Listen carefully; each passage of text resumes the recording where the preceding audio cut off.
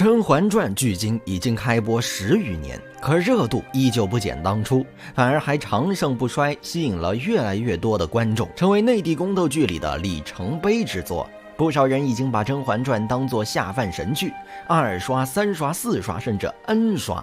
那么剧中的这些细节或者伏笔，你都注意到了吗 ？PS，《甄嬛传》这么优良的电视剧，细节满满。本次盘点并不完整，仅是挑了几个隐藏细节哦。《甄嬛传》中第1集甄嬛出场的场景，就是她在寺庙中求菩萨让自己选秀落选。在甄嬛拜完菩萨出来的时候，寺庙的大门上挂着一副对联，而对联的内容是“甘露灌顶受菩提记，光明照身广度全生”。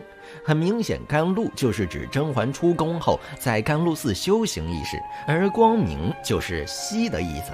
整副对联就讲述了甄嬛入宫以后，在甘露寺破茧成蝶，重获新生，最终光明反攻登顶，度过余生的全过程。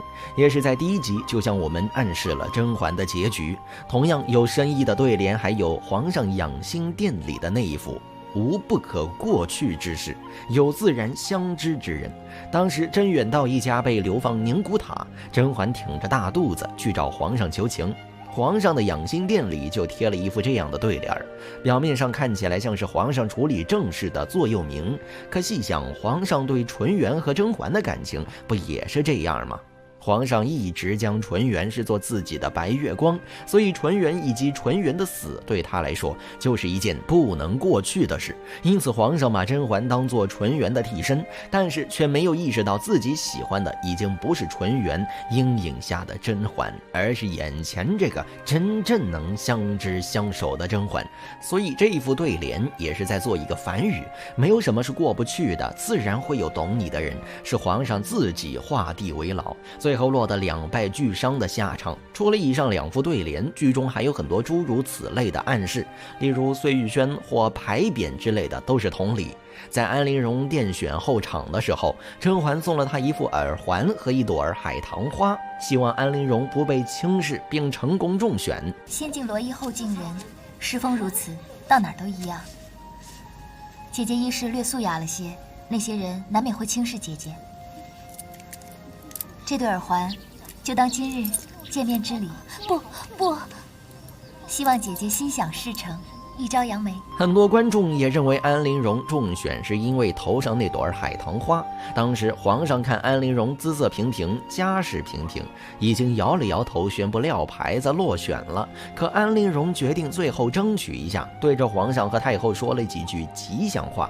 她这个举动成功吸引了太后的注意。就在这时，一朵蝴蝶飞到了安陵容的头上，皇上看见后就说：鬓边的秋海棠不俗。皇娘，既然她都带着花了，就别刺花。所以大家都以为是甄嬛送的花吸引来了蝴蝶，这才救了安陵容一命。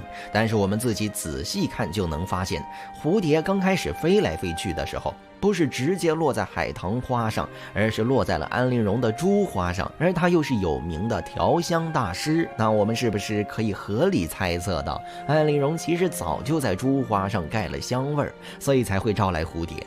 蝴蝶飞到了珠花上，发现那是假花，然后才飞到旁边的真海棠花上呢。当然这只是我们的一个猜想，但是如果是安陵容的香起了作用的话，那它成也香，败也香。如果安陵容没有在珠花上动过手脚，那她成是因为甄嬛送的花，败也是因为甄嬛送的花。大家都知道，安陵容最后罪行败露的开端，就是甄嬛给她送去了带有迷情香的狐尾百合。所以这个前后呼应真是让人直呼妙啊！甄嬛在生下双生子之后，身价翻倍，前朝后宫个个都送来奇珍异宝，而沛国公府就送来辟毒块儿1双。沛国公府送来的文溪辟毒块，虽说银块也能测毒，可远没有这个稀罕。用毒之人最狠毒无比，防不胜防。到底是沛国公有心思，甄嬛也说沛国公府是花了心思的，可是沛国公的女儿孟静娴是怎么死的？相信大家都知道。当时后宫举行家宴，皇后被禁足，三阿哥被革了黄带子，简秋选择忠心护主，想要下毒毒死甄嬛。于是，在宴会的汤里加了鹤顶红，可是这汤却被孟静娴误食了，最终孟静娴难产生下一子后毒发身亡。怪不得大家都调侃沛国公府给甄嬛送避毒块，可自己的女儿却被人毒死，这是多么讽刺的一件事啊！同样起呼应作用的还有甄嬛对果郡王说的梁祝的故事。当时甄嬛在凌云峰与果郡王情投意合，可是天不遂人愿，二人还没相守多久，果郡王就被皇上委派带兵出征。甄嬛得知这个消息后，虽然不舍，却也只能和果郡王道别。甄嬛为了向果郡王表达她的伤感之情，说到了梁山伯与祝英台的故事。果郡王听了以后，急忙阻止甄嬛：“我才不要做什么梁山伯和祝英台，他们一个哭嫁，一个吐血早亡，最后只能化蝶离开人世。我们比他们幸运多了。”梁祝的故事人人皆知，祝英台哭嫁，梁山伯吐血早亡的结局，和后来的甄嬛、果郡王二人一模一样。甄嬛以为果郡王战死沙场，心死，只能回宫继续做皇上的妃子。果郡王为保甄嬛喝下毒酒，英年早逝，所以果郡王的这句话可以说是最后灵验了呀。沈眉庄被诬陷假孕争宠的时候，皇上龙颜大怒，还气急败坏地摘了沈眉庄的簪子。欺骗朕和太后，你还敢带着这个簪子招摇？你以为皇上只是生气，觉得沈眉庄不配戴太后赏的簪子吗？其实这根簪子皇上早就看不顺眼了。我们看看这根簪子的来历。